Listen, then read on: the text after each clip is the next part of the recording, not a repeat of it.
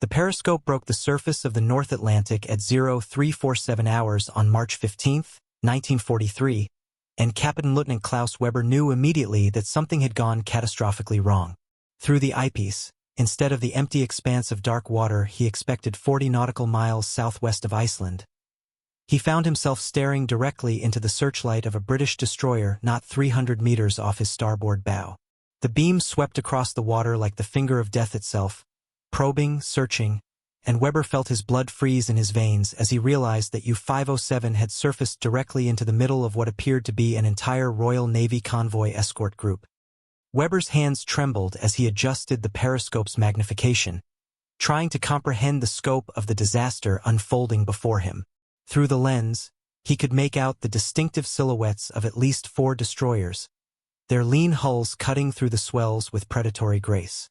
HMS Vanquisher, if he was reading the pennant numbers correctly through the darkness and spray, along with what appeared to be HMS Vidette, HMS Vesper, and HMS Volunteer, the entire 3rd Escort Group under Commander Donald Macintyre, one of the Royal Navy's most experienced U-boat hunters. These were not random patrol vessels stumbled upon by accident. This was a coordinated hunter-killer group, and U-507 had just surfaced directly into their midst like a rabbit leaping into a pack of wolves.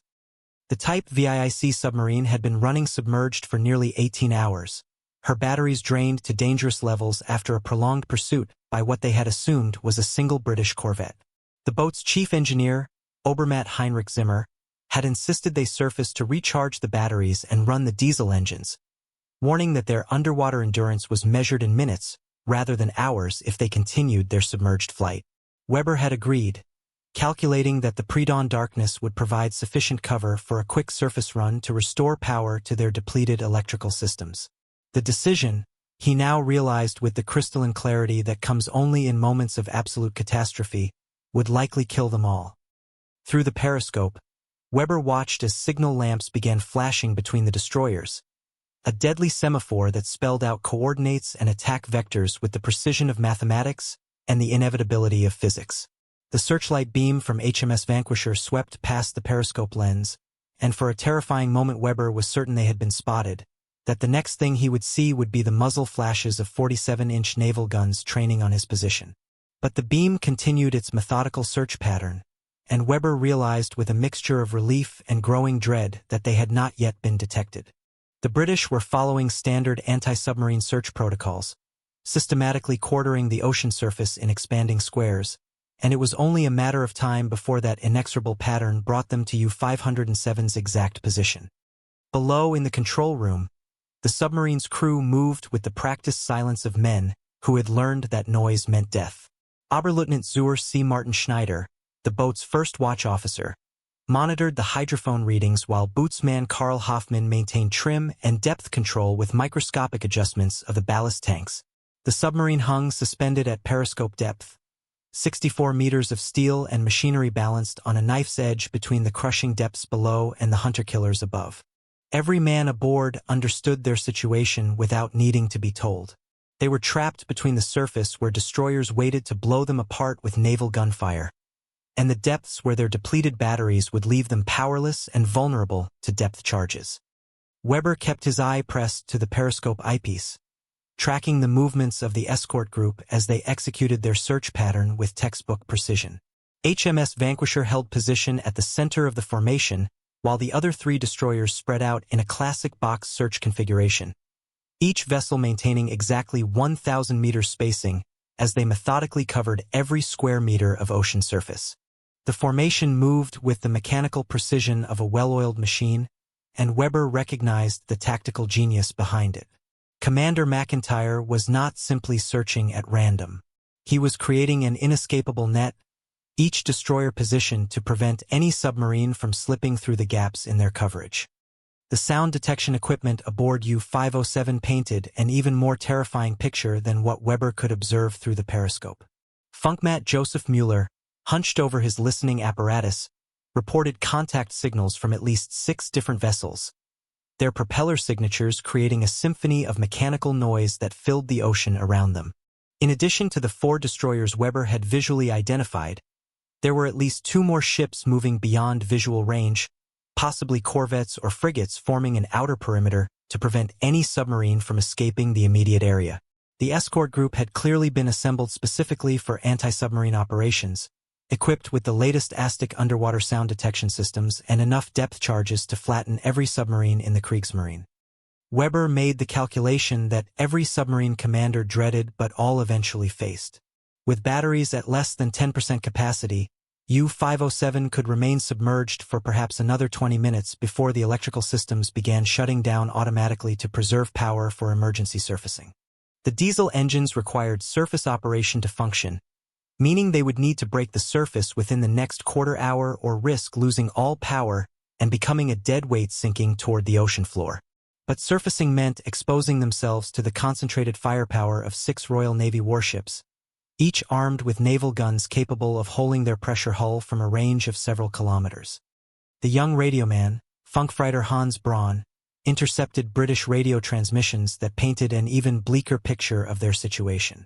The Royal Navy vessels were coordinating their search using encrypted communications, but their tactical movements told the story clearly enough.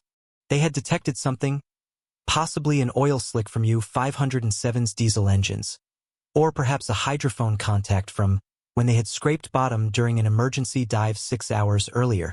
The British knew there was a submarine in the area, and they were conducting a systematic search designed to locate and destroy it.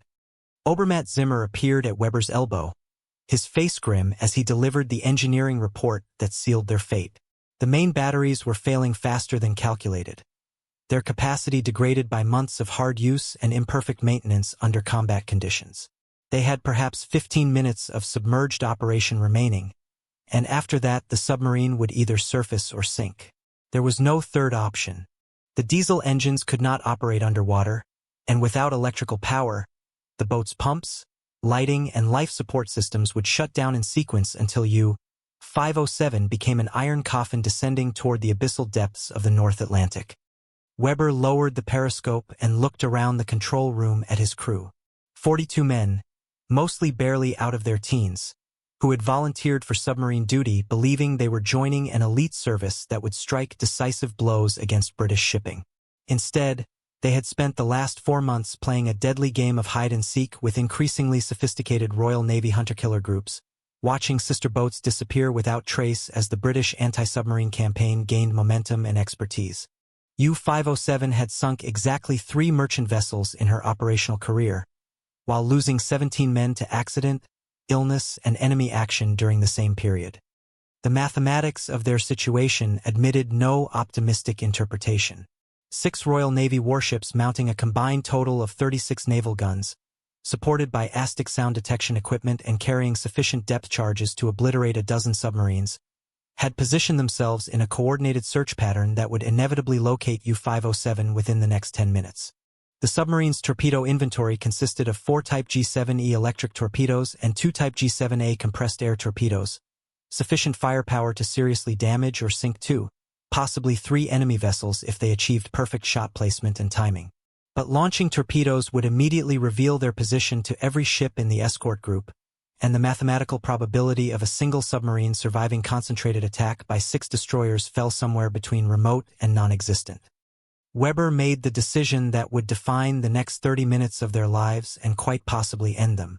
Rather than surface immediately and attempt to fight their way out with their deck gun, they would wait until the last possible moment, when battery power reached critical levels, and then surface directly into the middle of the destroyer formation. The element of surprise might give them sufficient time to fire their torpedoes at point-blank range before the British guns could zero in on their position. It was not a plan with any reasonable chance of success, but it was preferable to the alternatives of surrendering or sinking without resistance. Oberleutnant Schneider received his orders with the stoic acceptance of a professional naval officer who understood that submarine warfare admitted few happy endings. He would coordinate torpedo-firing solutions for the 4 closest targets while Weber handled the submarine's navigation and surface maneuvering. The rest of the crew would prepare for combat surface action, manning the 88 centimeters deck gun and preparing to engage enemy vessels at ranges where missing was practically impossible and survival highly unlikely. The periscope rose again at 0352 hours, and Weber found himself looking at a scene that seemed frozen in time like a photograph. HMS Vanquisher had moved closer, her searchlight beam sweeping methodically across the water barely 50 meters from U-507's position. He could see individual figures on her bridge, British naval officers scanning the ocean surface with binoculars, while their ship's ASTIC equipment painted sound pictures of everything moving beneath the waves.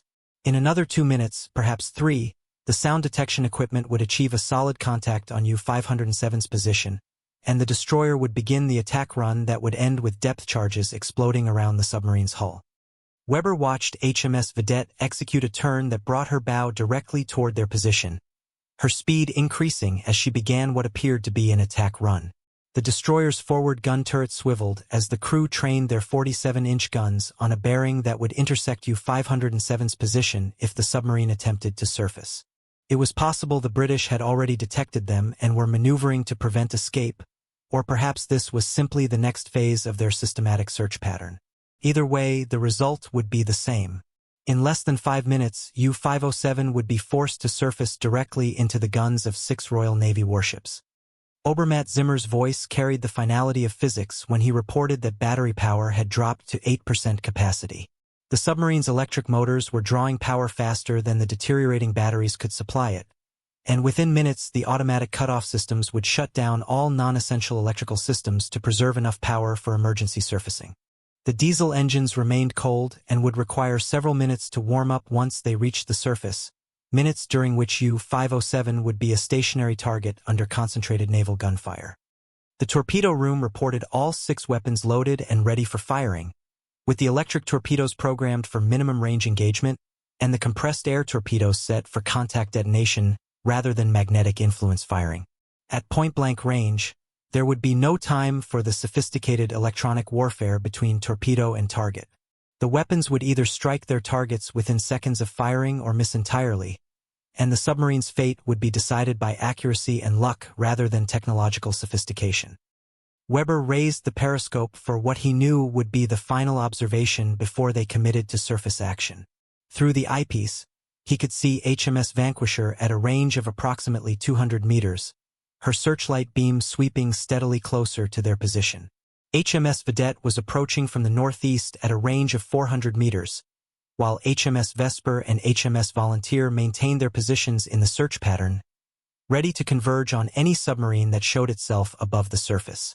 The destroyer formation had contracted slightly, drawing the net tighter around U-507's position with the inexorable certainty of geometry and time. The hydrophone operator reported propeller sounds from all directions, a mechanical symphony that meant the British warships had completely surrounded their position. There was nowhere to run, no direction that did not lead directly into the guns of enemy destroyers. The Royal Navy Escort Group had executed a perfect search and containment operation, and U-507 was about to discover whether German submarine construction and crew training could overcome 6-to-1 odds and concentrated naval gunfire. Weber gave the order that would surface U-507 directly into what every submariner called the Valley of Death. The ballast tanks vented compressed air with a rushing sound that seemed impossibly loud after hours of mechanical silence, and the submarine began her rise toward the surface with gathering momentum. 60 meters of depth disappeared in less than 30 seconds as U-507 ascended through the dark water toward a surface that bristled with enemy guns and searchlights. The conning tower broke the surface of the North Atlantic at 0356 hours on March 15, 1943, and immediately every searchlight in the British destroyer formation swung toward them like spotlights illuminating a stage. Weber found himself standing in the conning tower hatch, temporarily blinded by the intensity of the lights, while around him the sea erupted in geysers of white water as 6 destroyers opened fire simultaneously with every gun that could bear on their position. The first salvo from HMS Vanquisher's forward guns passed directly over the conning tower with a sound like tearing canvas, the 47-inch shells impacting the water barely 20 meters beyond U-507's stern. Weber felt the submarine shudder as her diesel engines coughed to life, black smoke pouring from her exhaust stacks as the engineering crew attempted to bring the boat up to combat power. But there was no time for gradual acceleration or careful maneuvering. The British gunners were already adjusting their aim, and the next salvo would find its target with mathematical certainty. Oberleutnant Schneider's voice cut through the chaos as he announced torpedo firing solutions for HMS Vanquisher and HMS Vidette, the two closest targets presenting the largest silhouettes against the darkness. The electric torpedoes launched with compressed air hisses that were immediately drowned out by the thunder of incoming naval gunfire. Weber watched through his binoculars as the weapons streaked toward their targets, their wakes clearly visible in the searchlight beams that turned the ocean surface into a stage lit for tragedy. The first torpedo struck HMS Vanquisher amidships with an explosion that lit up the horizon like a photographic flash. The destroyer's forward magazine detonated in a secondary explosion that sent debris spinning hundreds of meters into the air. And suddenly the sea was filled with burning fuel oil and the screams of British sailors thrown into the freezing North Atlantic waters. But even as HMS Vanquisher broke apart and began to sink, the other 5 destroyers continued their coordinated attack on U-507's position. HMS Vidette's evasive maneuvering carried her clear of the second torpedo by mere meters, and her return fire bracketed the submarine with shell splashes that drenched the conning tower in spray. Weber felt the deck plates vibrate under his feet as near misses sent shock waves through U-507's hull, and he knew it was only a matter of seconds before the British gunners found their range. The submarine's 88 centimeters deck gun was already manned and firing, but single shells against destroyer armor was like throwing stones at a fortress. A direct hit from HMS Vesper's forward guns struck U-507's pressure hull just aft of the conning tower, punching a hole through the submarine's outer casing and flooding the engine room with seawater. Obermatt Zimmer's damage control reports painted a picture of catastrophic structural failure as high-pressure water jets tore through electrical systems and machinery spaces. The submarine was taking on water faster than her pumps could handle, and her stern was already settling noticeably lower in the water. Weber ordered the firing of their remaining torpedoes in a desperate attempt to even the odds before U-507 sank beneath them. The compressed air weapons launched toward HMS Vidette and HMS Volunteer, their tracks clearly visible as they raced across the intervening water toward targets that were maneuvering desperately to avoid destruction. The first weapon missed by less than 10 meters, passing directly under HMS Vidette's stern as the destroyer executed a hard turn to port. The second torpedo found its target with devastating effect, striking HMS Volunteer's forward engine room and breaking the ship's back with an explosion that sent her bow and stern sections rising at impossible angles before both pieces disappeared beneath the surface. But killing 2 British destroyers had not appreciably improved U-507's chances of survival. HMS Vesper and HMS Volunteer's sister ships continued their concentrated fire, and Weber could see additional vessels approaching from the horizon as the Escort Group's outer perimeter closed in to prevent any possibility of escape. The submarine was surrounded, taking on water, and running out of ammunition with which to continue the fight. A shell from HMS Vesper's aft guns struck the conning tower directly, killing Weber instantly and leaving Oberleutnant Schneider in command of a sinking submarine whose pressure hull had been holed in multiple places. The young officer made the decision that physics and circumstances forced upon him. Rather than allow U-507 to sink slowly while her crew drowned in the flooded compartments, he ordered the submarine's scuttling charges detonated, sending the boat and her remaining crew to the bottom of the North Atlantic with the dignity of having fought to the end. The explosion that destroyed U-507 sent a column of water and debris 200 meters into the air, and then there was only darkness and the sound of waves against the hulls of surviving British destroyers. HMS Vanquisher and HMS Volunteer had been sunk with heavy loss of life, but the Royal Navy Escort Group had accomplished its mission. Another German submarine had been hunted down and destroyed, adding to the growing tally of U-boats lost to increasingly effective British anti-submarine warfare. In the official records of the Kriegsmarine, U-507 was listed as missing and presumed lost with all hands somewhere in the North Atlantic during March 1943. Her final radio transmission, logged at 0347 hours on March 15, had been a routine position report giving no indication of contact with enemy forces. The submarine simply vanished into the statistical darkness that swallowed so many German U-boats during the period historians would later call the turning point of the Battle of the Atlantic. Commander Donald Macintyre's after-action report recorded the sinking of 1 enemy submarine and the loss of 2 destroyers with 87 dead and 34 wounded among his escort group.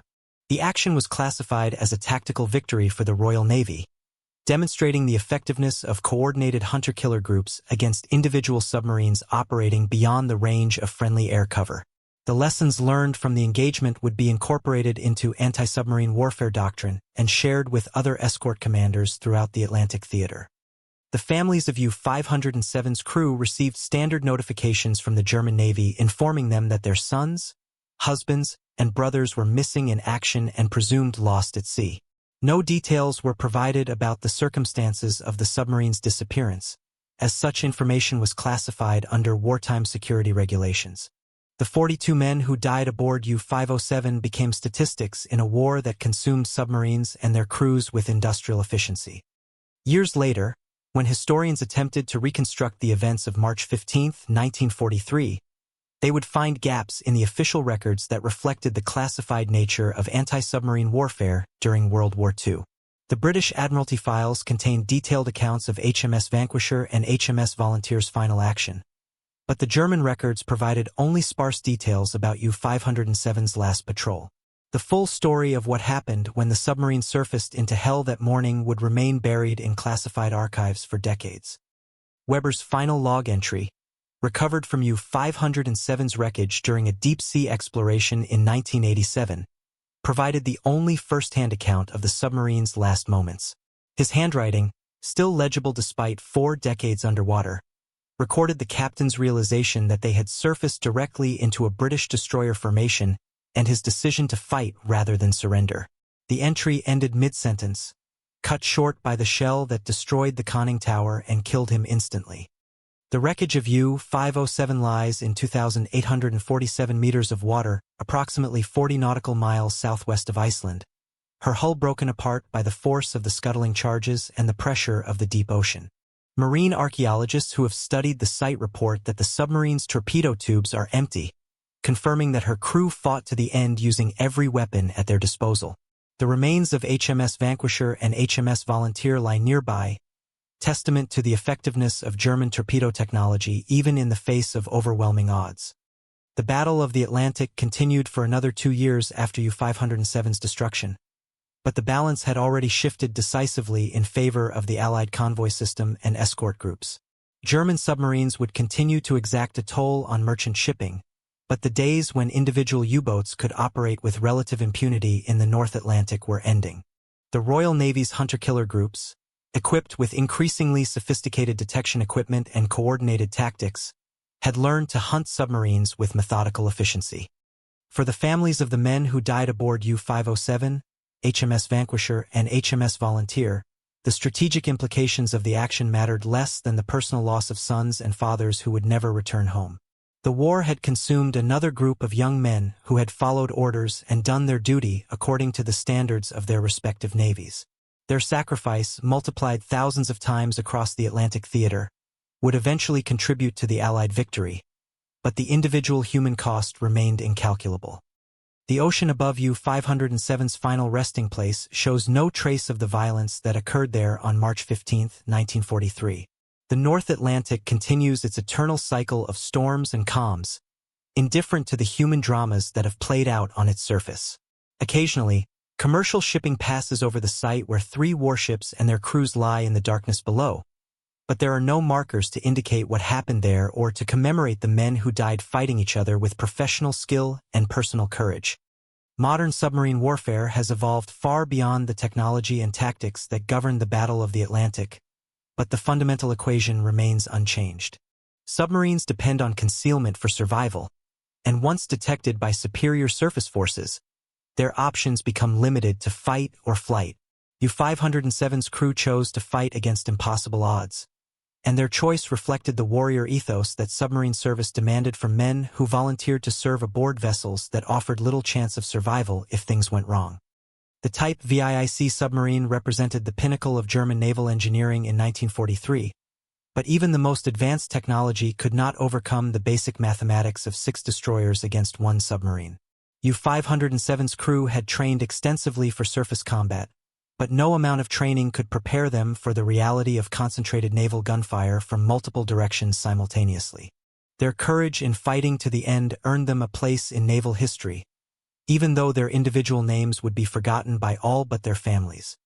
Weber's decision to surface directly into the British destroyer formation rather than attempt to escape submerged reflected the tactical reality that submarine commanders faced throughout the war. With depleted batteries and enemy warships in all directions, U-507 had no viable escape route. The choice became whether to die fighting or die hiding, and Weber chose to give his crew the chance to take enemy ships with them into the depths. His judgment proved sound, as U-507's torpedoes sank 2 British destroyers before the submarine was destroyed.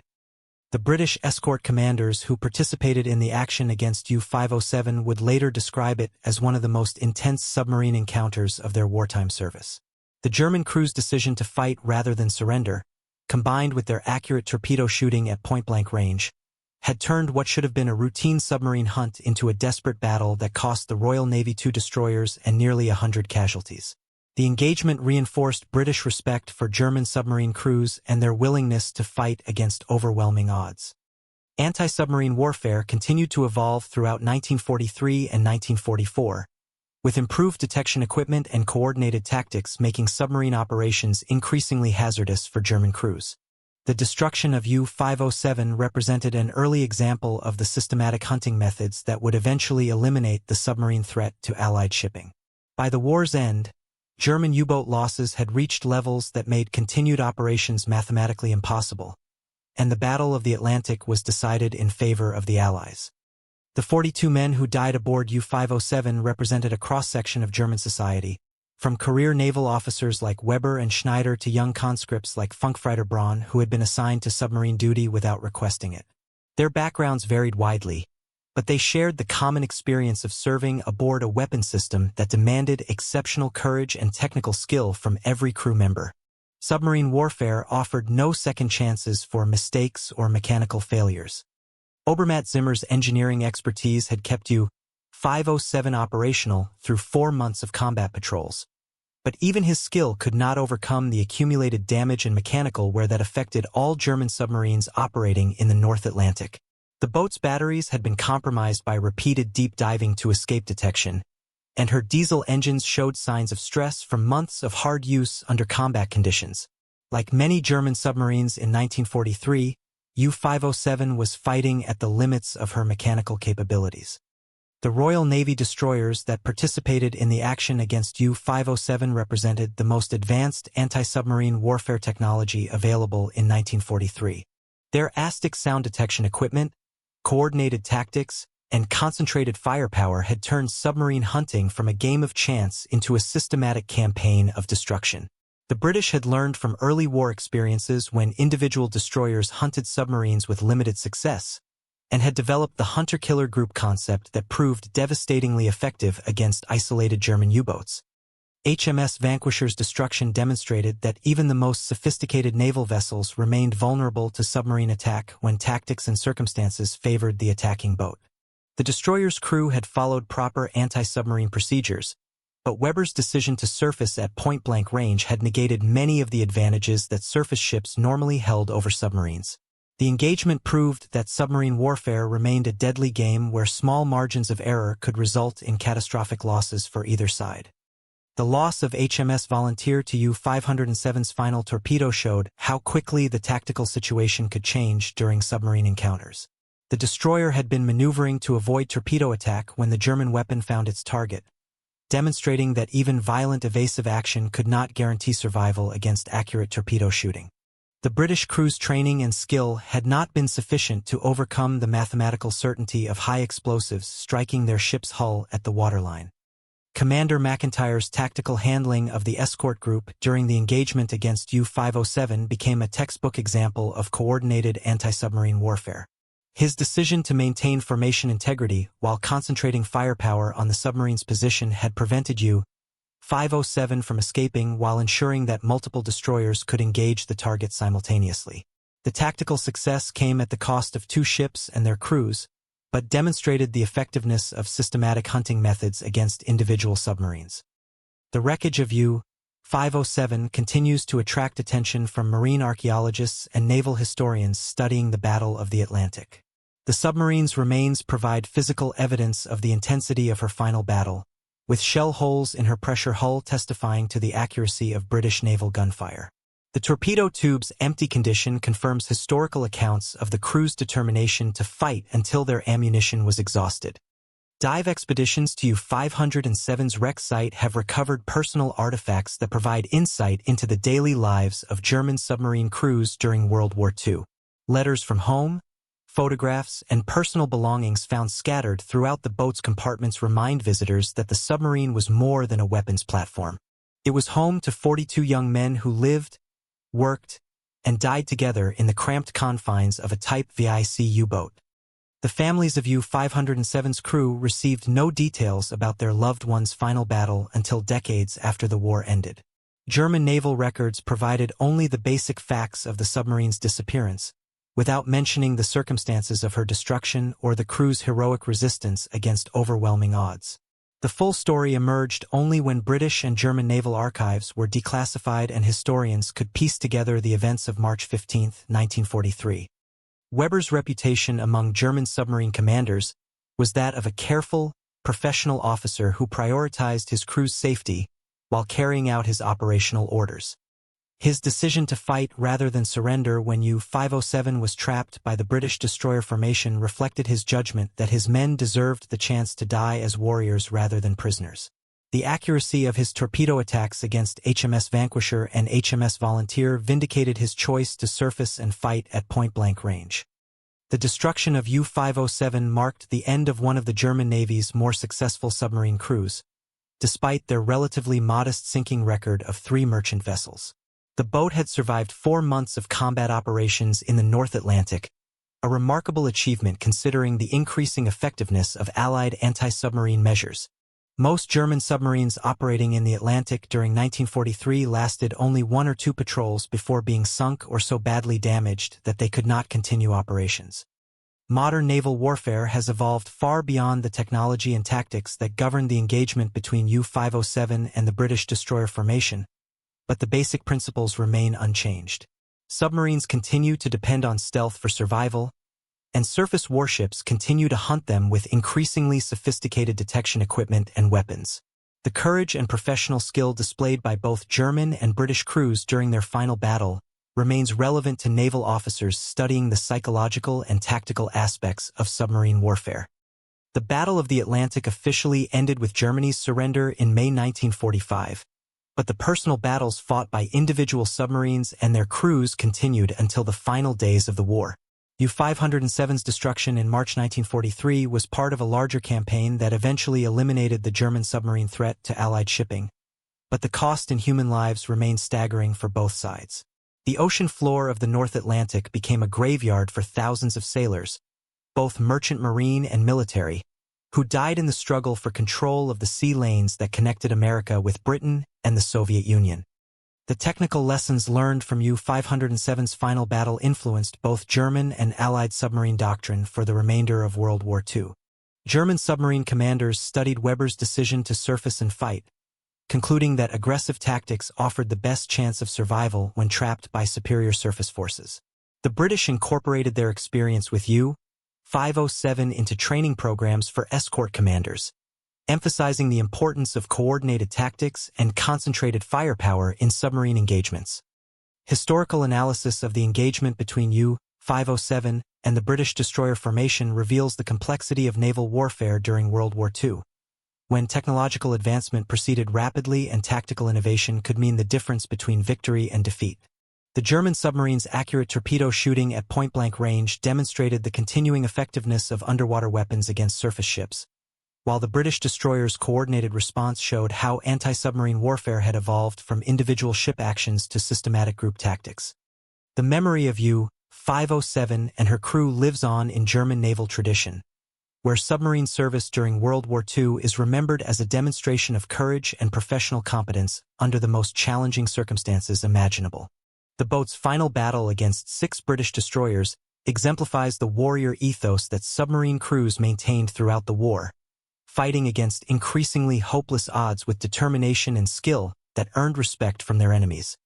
For the British naval officers who participated in the destruction of U-507, the engagement represented both a tactical victory and a sobering reminder of the cost of naval warfare. The loss of HMS Vanquisher and HMS Volunteer along with their crews, demonstrated that even successful anti-submarine operations could exact a heavy price from the hunters as well as the hunted.